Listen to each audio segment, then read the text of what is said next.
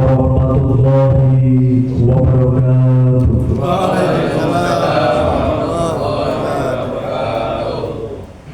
A'udzu billahi minasyaitonir rajim.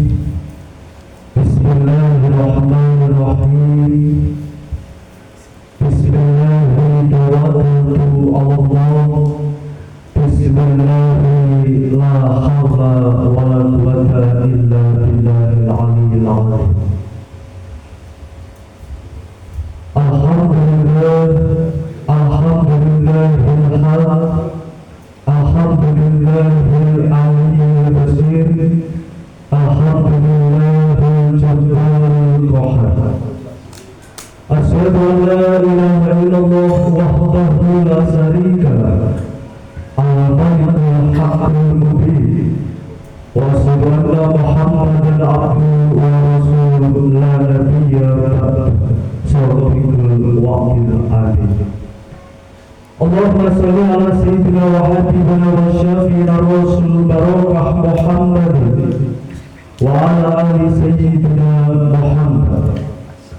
Allahumma inni as'aluka bi ismika ya azimul karim, ya akramul mujib, ya satarul nur, bismika rasulil, ya azza wa jalla hamid, aina sirka fi azza wa jalla, birahmatika ya arhamar rahimin.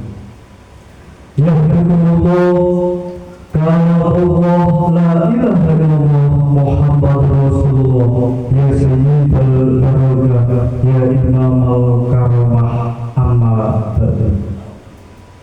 Hadratul kiram, para alim, para ulama, para kiai, para ustaz dan ustazah, tokoh agama, tokoh masyarakat yang senantiasa dimuliakan bahagiakan Allah Subhanahu wa taala, para pejuang Allah Subhanahu wa taala, baik yang sudah berjuang dengan pemikiran serta ilmunya, baik yang telah berjuang dengan harta bendanya, dan baik yang telah berjuang dengan tetesan keringat dan tetesan darah.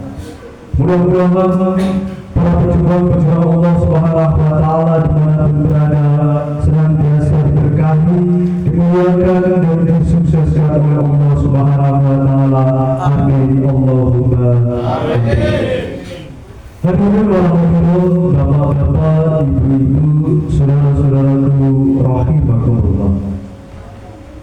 Maka mari pada kesempatan malam hari ini bersama-sama kita mengawali dan mendoakan guru kita bersama, guru batin kita, pembimbing dan pengasuh kita bersama, beliau Al-Mukarram almarhum Bapak Kiai Jogono Ihsan beserta ibu, dan beliau Eyang guru kita bersama, Eyang Haji Muhammad Nurul Ghazali Syekhul Islam. Mudah-mudahan guru kita dan eyang guru kita senantiasa dimuliakan dan dibahagiakan Allah Subhanahu wa taala, disukseskan segala program-program perjuangan beliau serta ditempatkan di pangkuan suci Allah Subhanahu wa taala, dan mudah-mudahan keturunan beliau, zuriat beliau, putra putri beliau dimanapun berada senantiasa di dalam permuhaan kasih sayang Allah Subhanahu wa taala, dan mudah-mudahan senantiasa diberikan kebahagiaan kemuliaan dunia dan akhirat. Amin Allahumma amin. Al-Fatihah. Bismillahirrahmanirrahim. Alhamdulillahi rabbil alamin, arrahmanir maliki yaumiddin, iyyaka na'budu wa iyyaka nasta'in, ihdinas siratal mustaqim, siratal ladzina an'amta 'alaihim ghairil maghdubi 'alaihim waladdallin. Tentunya beliau guru kita bersama, pembimbing dan pengasuh zahir dan batin kita, beliau Al-Mukarram Bapak Kiai Muhammad Nurul beserta ibu sekeluarga. Mudah-mudahan beliau senantiasa di dalam permohonan kasih sayang Allah Subhanahu wa taala, dijaga kesehatan zahir dan batinnya, serta ditambahkan kesabaran dan keikhlasan beliau dalam membimbing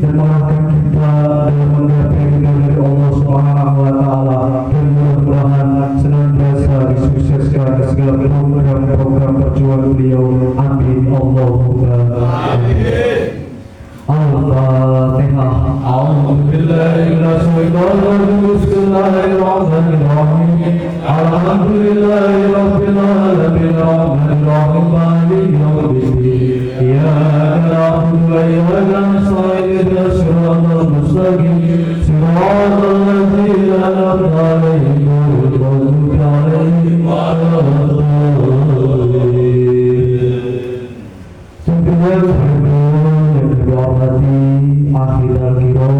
Koordinator Majelis Taklim At-Tadbir Kaliarim yang ada di Semarang, di Gedong dan sekitarnya, Riwayat Akhil Kiram Al-Ustaz Hamzah Ar-Wahid, mudah-mudahan senantiasa di dalam permohonan kasih sayang Allah Subhanahu wa Ta'ala, ditambahkan nikmat iman, Islam dan ihsan beliau. Amin Allahumma amin. Tentunya beliau sesepuh kita bersama, beliau Al-Mukarram Bapak Sudarto, Al-Mukarram Bapak Siswanto, Al-Mukarram Bapak Sir Muhadi, Al-Mukarram Bapak Masud. Mudah-mudahan sesepuh kita senantiasa dijaga kesehatan zahir dan batin oleh Allah Subhanahu wa Ta'ala. Amin Allahumma amin. Dan tentunya kami menghormati khusus kepada beliau, kepada seluruh jamaah Majelis Taklim At-Tadbir Kaliarim yang ada di Semarang, Gedong dan sekitarnya. Mudah-mudahan kita semua yang telah hadir pada hari ini senantiasa mendapatkan berkah dan ridho daripada Allah Subhanahu wa Ta'ala. Amin Allahumma amin. Hadirin rahimahullah, bapak-bapak, ibu-ibu, saudara-saudaraku rahimahullah.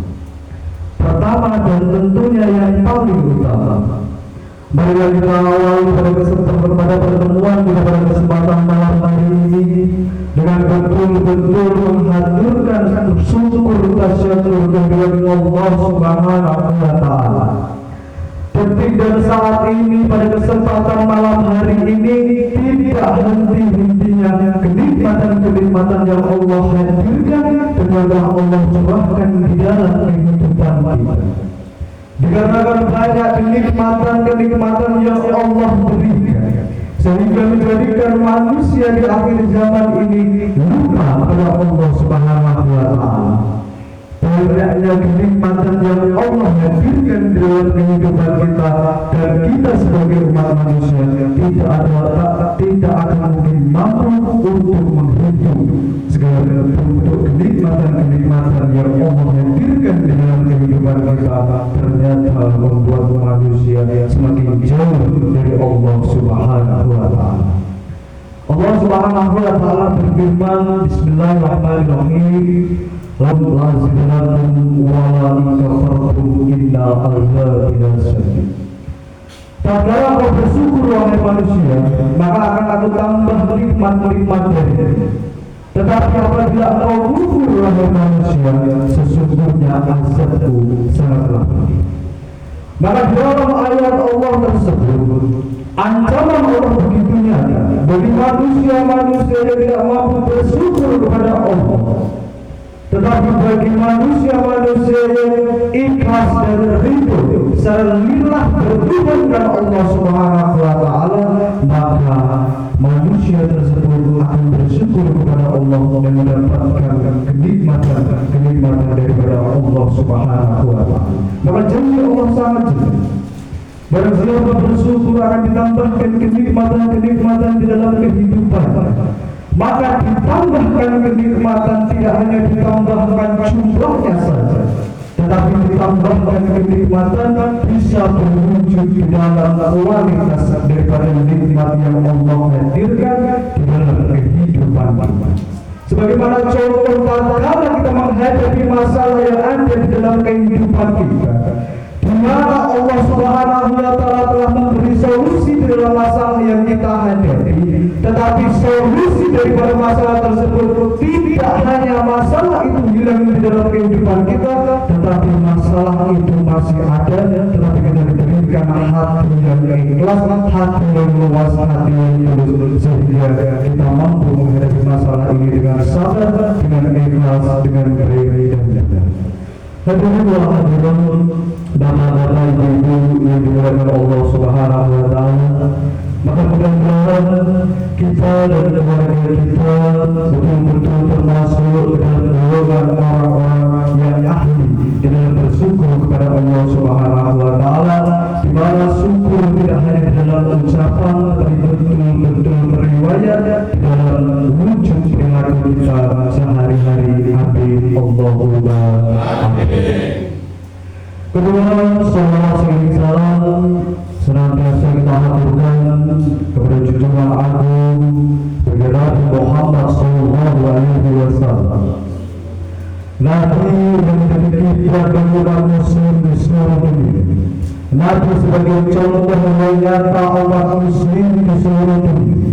Maka kita yang mengaku sebagai umat daripada baginda Nabi Muhammad sallallahu alaihi wasallam sudah selayaknya dan sepantasnya kita betul-betul tidak hanya melakukan sholawat, tidak hanya menghafalkan cerita-cerita di dalam tarikh, tetapi betul-betul mampu meriwayatkan sholawat kesanggupan di dalam jiwa raga kita untuk mengikuti jejak perjuangan baginda Nabi Muhammad sallallahu alaihi wasallam. Mudah-mudahan kita dan keluarga kita betul-betul mendapatkan syafaat Allah, syafaat Rasulullah sallallahu alaihi wasallam fi dunya wal akhirah. Amin Allahumma amin.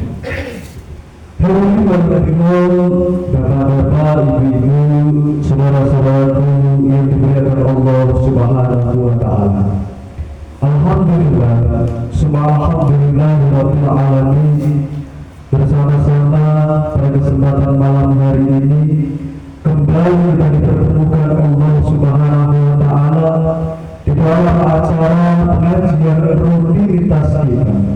Maka di awal tadi saya katakan bahwasanya tidak hanya kita hadir pada kesempatan malam hari ini sekedar duduk kemudian mendengarkan saja, tetapi betul-betul mampu menyatukan frekuensi zahir dan batin kita, frekuensi dalam mencari ridho daripada Allah Subhanahu wa taala. Maka pada kesempatan malam hari ini, mari bersama-sama kita menghaturkan, kita melahirkan, mempersembahkan rasa syukur kita kepada Allah Subhanahu wa taala dengan rasa yang paling dalam. Maka tentunya rasa yang paling dalam adalah rasa yang sejati. Rasa yang paling dalam adalah rasa yang ada di dalam kandungan ruh dan yang ada di dalam kandungan ruh suci kita manusia. Rasa yang paling dalam adalah rasa yang ada di dalam kandungan ruh suci kita manusia sebelum kita mengenal rasa-rasa yang lain. Sebelum kita mengenal rasa kebencian, sebelum kita mengenal rasa kesombongan, sebelum kita mengenal rasa iri dengki, rasa resah gelisah gundah gulana, sebelum kita mengenal rasa senang, rasa cinta kepada dunia, maka kita terlebih dahulu hanya mengenal satu rasa, yaitu rasa yang paling dalam. Sebelum kita mengenal rasa-rasa yang bersumber dari ilusi-ilusi hawa nafsu kita sendiri, maka kita terlebih dahulu mengenal rasa yang paling dalam hati kita, di dalam ruh suci kita masing-masing. Dan rasa yang paling dalam inilah yang dinamakan rasa Rasulullah sallallahu alaihi wasallam. Kemudian bapak-bapak, ibu-ibu, saudara-saudaraku yang dimuliakan Allah Subhanahu wa taala. Tetapi di akhir zaman ini banyak manusia yang hatinya tertutup oleh hujat yang sangat besar. Di akhir zaman ini banyak manusia yang hatinya tertutup oleh kegelapan, sehingga manusia semakin kesulitan di dalam menemukan rasa yang paling dalam. Maka bagaimana manusia sudah semakin kesulitan di dalam menemukan rasa yang paling dalam, maka dia tidak mungkin mampu bersyukur, berterima kasih kepada Allah menggunakan rasa. Syukurnya hanya sebatas di dalam ucapan lisannya, karena rasa yang paling dalam, rasa yang sejati, rasa dari Rasulullah SAW yang ada di dalam hatinya sudah terkontaminasi dan terkalahkan dengan segala rasa-rasa yang bersumber dari ilusi hawa nafsu. Bagaimana kita mampu untuk bersyukur dan berterima kasih kepada Allah kalau setiap hari, setiap saat dan detik rasa ini diisi dengan rasa kesombongan, rasa ini diisi dengan rasa kebencian, rasa iri hati, rasa malas, rasa resah, gelisah dan kebahagiaan, segala bentuk rasa-rasa yang tidak menuju kepada Allah Subhanahu wa Ta'ala. Bagaimana mungkin kita mampu untuk merasakan keagungan dan kebesaran Allah, merasakan belayar kasih sayang Allah, merasakan bertajam nafas ini dari Allah, tanpa setiap hari yang dipelihara di dalam hatinya adalah rasa amarah, rasa subiah, rasa mutmainah yang dipelihara di dalam hatinya. Maka tatkala kita ingin terlepas dari seratan belenggu rasa-rasa yang bersumber daripada ilusi hawa nafsu kita, caranya adalah dengan cara taubatan nasuha. Tatkala kita sudah taubatan nasuha, ikrar di dalam diri kita masing-masing, betul-betul ingin dan mempunyai kesanggupan untuk melepas daripada jeratan ilusi hawa nafsu, melepaskan diri dari rasa dan bersumber dari jeratan ilusi hawa nafsu, maka kita akan berjuang dalam menemukan frekuensi rasa yang paling dalam, rasa yang sejati, rasa daripada Rasulullah Muhammad Sallallahu Alaihi Wasallam. Apa rasa Rasulullah? Rasa Rasulullah adalah rasa takut, rasa butuh, rasa malu, rasa cinta, rasa rindu hanya kepada Allah Subhanahu wa Ta'ala. Maka tatkala kita ingin melepaskan diri dari jeratan rasa yang bersumber dari ilusi hawa nafsu kita, tentunya dibutuhkan pengorbanan, tentunya dibutuhkan perjuangan yang sangat besar, sehingga kita mampu untuk bersyukur, berterima kasih kepada Allah dengan benar syukur yang betul-betul beribadah dalam wujud perilaku kita, tidak hanya di dalam lisan kita, karena sudah bersambung di dalam frekuensi rasa yang paling dalam, rasa daripada Rasulullah Muhammad Sallallahu Alaihi Wasallam. Hadirin Bapak-bapak, ibu-ibu yang dimuliakan Allah Subhanahu wa Ta'ala. Maka pada kesempatan malam hari ini saya mengajak khususnya pribadi saya sendiri dan bapak-bapak, ibu-ibu, saudara-saudaraku sekalian, mari bersama-sama kita introspeksi diri, kita koreksi, kita evaluasi dan kita gali bersama-sama. Masihkah ada rasa Rasulullah Sallallahu Alaihi Wasallam di dalam hati kita masing-masing? Sebagaimana sabda Rasulullah, barang siapa di dalam hatinya masih ada satu rasa dari kelima rasa tersebut, maka dia akan dibimbing oleh Allah Subhanahu wa Ta'ala, akan diselamatkan oleh Allah Subhanahu wa Ta'ala zahir dan batin, dunia dan akhirat. Maka rasa yang pertama adalah rasa takut kepada Allah. Mari pada kesempatan malam hari ini bersama-sama kita cek ke dalam hati kita masing-masing. Kita cek ke dalam diri kita masing-masing, masih adakah rasa takut kita kepada Allah? Ataukah rasa ini sudah mulai hilang, sudah mulai sirna, tergantikan dan terkalahkan dengan rasa takut kita kepada selain Allah Subhanahu wa Ta'ala? Karena di akhir zaman ini banyak manusia yang kehilangan rasa takutnya kepada Allah. Dia tidak lagi takut kepada Allah, melainkan lebih takut kepada selain Allah. Takut tatkala dipuji oleh manusia, takut tatkala dihina oleh manusia, takut tatkala dianggap buruk, dan segala ketakutan yang tidak menuju kepada Allah Subhanahu wa Ta'ala. Tidak ada lagi rasa takut kepada Allah Subhanahu wa Ta'ala. Sebagaimana manusia yang selamat, manusia yang dibimbing oleh Allah Subhanahu wa Ta'ala adalah manusia yang di dalam hatinya masih terdapat rasa takut kepada Allah Subhanahu wa Ta'ala. Takut tatkala tidak diridhoi Allah, takut tatkala langkah zahir dan batin tidak sesuai dengan kehendak dari Allah,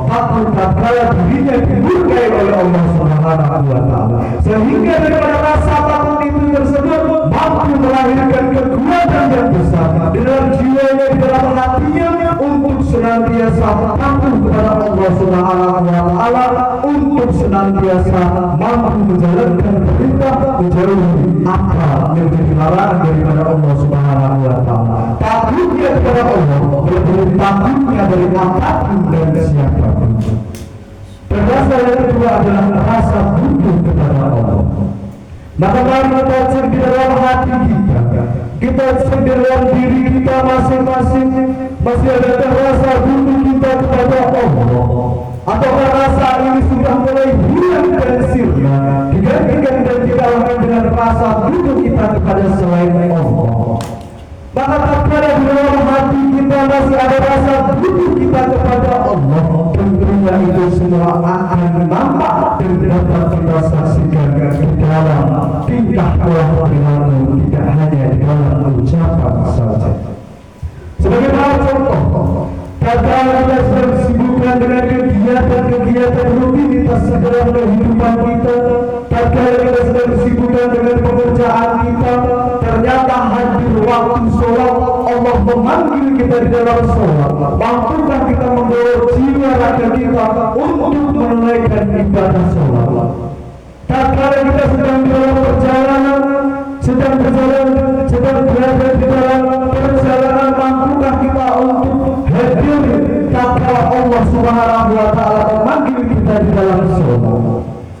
Tetapi bagi manusia yang di dalam hatinya rasa butuhnya sudah bukan lagi kepada Allah, maka dia akan cenderung lebih mementingkan butuh kepada selain Allah daripada butuh kepada Allah, dan dalam melakukan kewajiban kepada Allah Subhanahu wa taala. Maka ini adalah sebagai bukti yang nyata.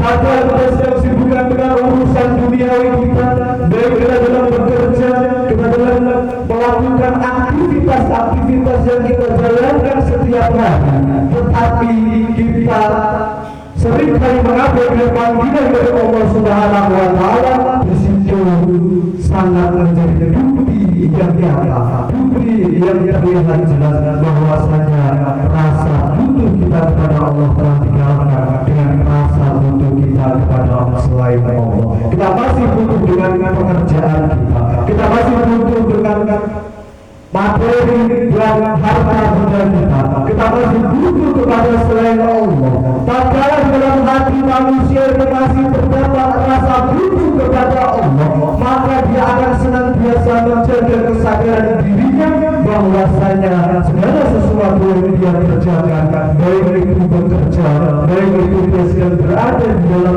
rumah, di luar rumah, maka dia akan sadar bahwasanya dia hanya yang ia butuhkan adalah ridho daripada Allah Subhanahu wa taala.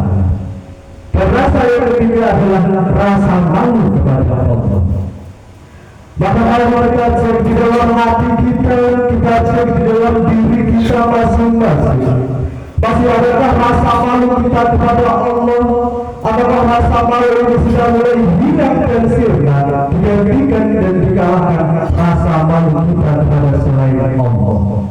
Tatkala di dalam hati kita masih ada rasa malu kita kepada Allah, maka kita akan sadar dengan kita dihidupkan, dengan kita diberikan ilmu, diberikan rezeki, diberikan segala kenikmatan, dan diberikan segala apa yang kita butuhkan di dalam kehidupan kita ini, maka kita akan malu kepada Allah Subhanahu wa taala. Tatkala kita menjalani kehidupan ini tidak baik dan benar, tatkala kita menjalani kehidupan ini betul-betul bersungguh-sungguh di dalam menghamba mengabdi kepada Allah Subhanahu wa taala, kita akan malu kepada Allah Subhanahu wa taala tatkala kita biasa dalam menjalani kehidupan di dalam dunia Allah Subhanahu wa taala. Maka tatkala di dalam hati manusia sudah hilang rasa malunya kepada Allah Subhanahu wa taala, di saat dia melakukan kemaksiatan, dia melakukan hubungan daripada dosa-dosa, dia dengan terang-terangan membangkang dan meninggalkan panggilan daripada Allah Subhanahu wa taala dan menganggap semua itu sebagai hal yang biasa saja, maka sudah tergantikan di dalam hatinya dan tidak ada lagi rasa malu kepada Allah Subhanahu wa taala, tetapi dia malu kepada selain Allah Subhanahu wa Ta'ala. Maka di saat tatkala di dalam hati manusia masih ada rasa malu kepada Allah, maka itu akan menjadikan jalan di mana Allah Subhanahu wa Ta'ala akan membangkitkan iman dan takwa. Dan rasa yang keempat adalah rasa cinta kepada Allah. Maka mari kita cek dalam hati kita masing-masing. Kita cek dalam diri kita masing-masing. Masih adakah rasa cinta kepada Allah? Apakah rasa ini sudah mulai hilang dan sirna digantikan dan dikalahkan rasa cinta kita kepada dunia dan seisinya? Padahal dalam hati manusia masih ada rasa cinta kepada Allah, maka dia akan ikhlas dari rasa cinta tersebut, akan melahirkan rasa ketulusan dan ikhlas untuk senantiasa patuh kepada Allah Subhanahu wa Ta'ala. Dari rasa cintanya, mahabbahnya kepada Allah Subhanahu wa Ta'ala, maka dia akan senantiasa mampu menjalankan perintah, menjalankan larangan daripada Allah Subhanahu wa Ta'ala. Di mana kelima tujuan daripada cinta adalah menyatu, maka di dalam hati manusia tatkala masih ada rasa cinta kepada Allah, maka dia pikirkan dalam beribadah dia mampu untuk senantiasa dekat kepada Allah Subhanahu wa Ta'ala. Tetapi tatkala di dalam hati manusia rasa cinta kepada Allah sudah sirna dan hilang, digantikan dengan rasa cinta kepada dunia dan seisinya, cinta untuk dunia, maka dia akan semakin lengket dengan dunia, maka dia akan senantiasa terjerat dalam belenggu kehidupan dunia, maka terjadilah ia sebagai manusia yang hidupnya hanya mencari bodoh akhir kebodoh kalau dunia, tidak mampu kembali kepada Allah Subhanahu wa Ta'ala. Bahkan tatkala ruh dilepas dari jasad, tidak mampu dia untuk kembali kepada Allah Subhanahu wa Ta'ala, karena dalam hatinya sudah termakan, sudah terjerumus di dalam jeratan cinta kepada dunia dan seisinya. Dan rasa yang nomor 5 adalah rasa rindu kepada Allah. Maka mari pada kesempatan malam hari ini kita cek di dalam hati kita masing-masing, masih adakah rasa rindu kita kepada Allah? Masih adakah rindu kepada Allah? Masih adakah rindu kita kepada akhirat? Atau rasa rindu ini sudah sirna, sudah hilang dan digantikan dengan rindu kepada dunia dan seisinya?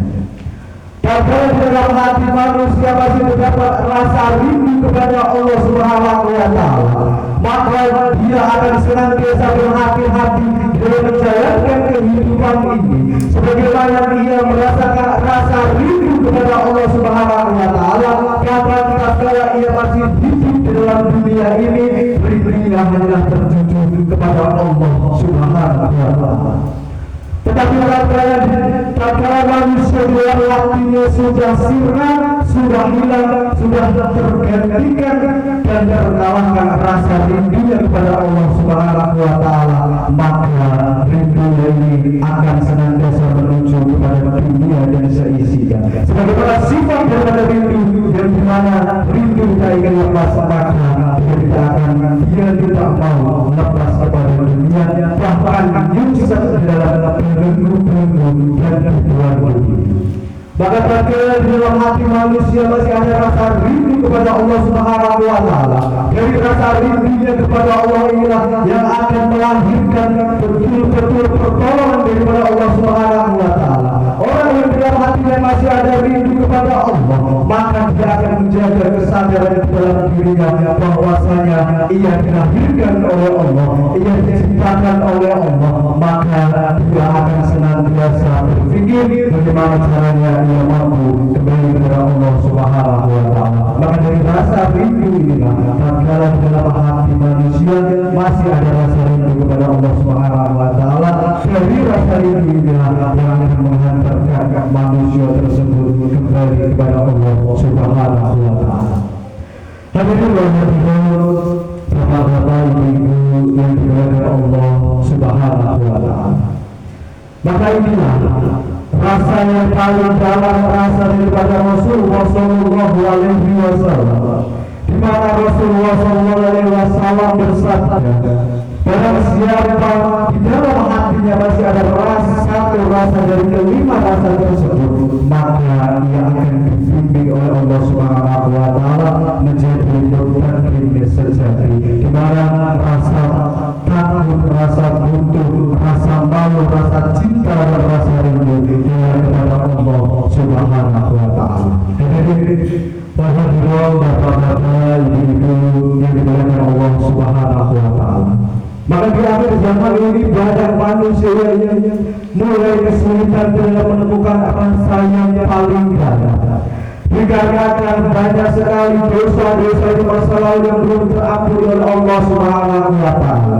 Maka tatkala kita ingin bergabung di dalam frekuensi rasa yang paling dalam, rasa sejati, rasa Rasulullah Sallallahu Alaihi Wasallam, maka kita harus betul-betul taubat nasuhan kepada Allah Subhanahu Wa Taala, betul-betul meminta bimbingan, meminta petunjuk kepada Allah Subhanahu Wa Taala, di mana letak kesalahan dalam kehidupan kita, di mana segala bentuk kebocoran dalam kehidupan kita akan senantiasa ditunjukkan oleh Allah Subhanahu Wa Taala, dan kita dapatkan pertolongan dari Allah untuk memperbaikinya, untuk menjadi pribadi yang semakin menjadi lebih baik lagi.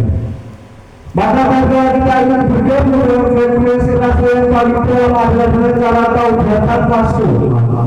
Setelah kita taubat, maka kita harus betul-betul mampu kesiapan, kesanggupan di dalam diri kita untuk senantiasa menjaga rasa yang paling dalam. Tatkala kita sudah bergabung dalam frekuensi rasa yang paling dalam, maka cara agar kita mampu untuk menjaganya adalah dengan cara menjaga hubungan kita kepada Allah Subhanahu Wa Taala. Sebagaimana Allah Subhanahu Wa Taala memberikan kita pos di dalam 1 dari 24 jam, Allah Subhanahu Wa Taala memberikan 5 pos dalam kehidupan kita agar senantiasa kita mampu untuk tersambung dan berhubungan kepada Allah Subhanahu Wa Taala. Maka 5 pos yang Allah hadirkan tersebut adalah sholat 5 waktu, yaitu subuh, zuhur, asar, maghrib, dan isya.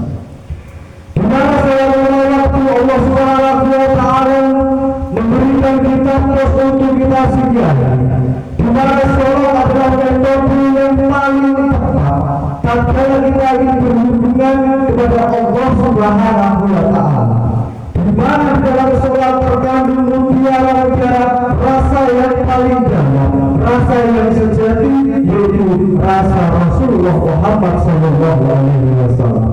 Maka tatkala kita ingin menemukan, kita ingin bergabung dengan frekuensi rasa yang paling dalam, kuncinya sebenarnya adalah dengan cara taubat dan nasuhan, karena rasa yang paling dalam ini tertutup di dalam hati manusia karena dosa-dosa di masa lalu, dan bisa kita sudah mampu tersambung dalam frekuensi rasa yang dalam, maka kita harus betul-betul totalitas bersungguh-sungguh untuk menjaga frekuensi rasa yang paling dalam ini dengan cara mencoba hubungan kita kepada Allah Subhanahu Wa Taala, yaitu melalui sholat di dalam 5 waktu, di mana waktu subuh adalah sebagai bentuk rasa takut kita kepada Allah, waktu zuhur adalah sebagai bentuk di mana rasa butuh kita kepada Allah, waktu asar adalah sebagai bentuk di mana kita mau kepada Allah Subhanahu Wa Taala, rasa maghrib adalah bentuk rasa kita,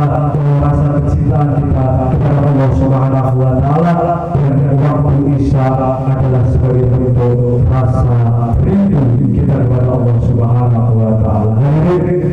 Bapak-bapak, ibu-ibu yang dimuliakan Allah Subhanahu Wa Taala, mudah-mudahan kita semua termasuk dalam golongan orang-orang yang senantiasa ditolong oleh Allah Subhanahu Wa Taala, senantiasa dimasukkan dan digolongkan di dalam umat mukmin sejati, umat Rasulullah Sallallahu Alaihi Wasallam di dunia wal akhirah. Amin Allahumma amin. Hari ini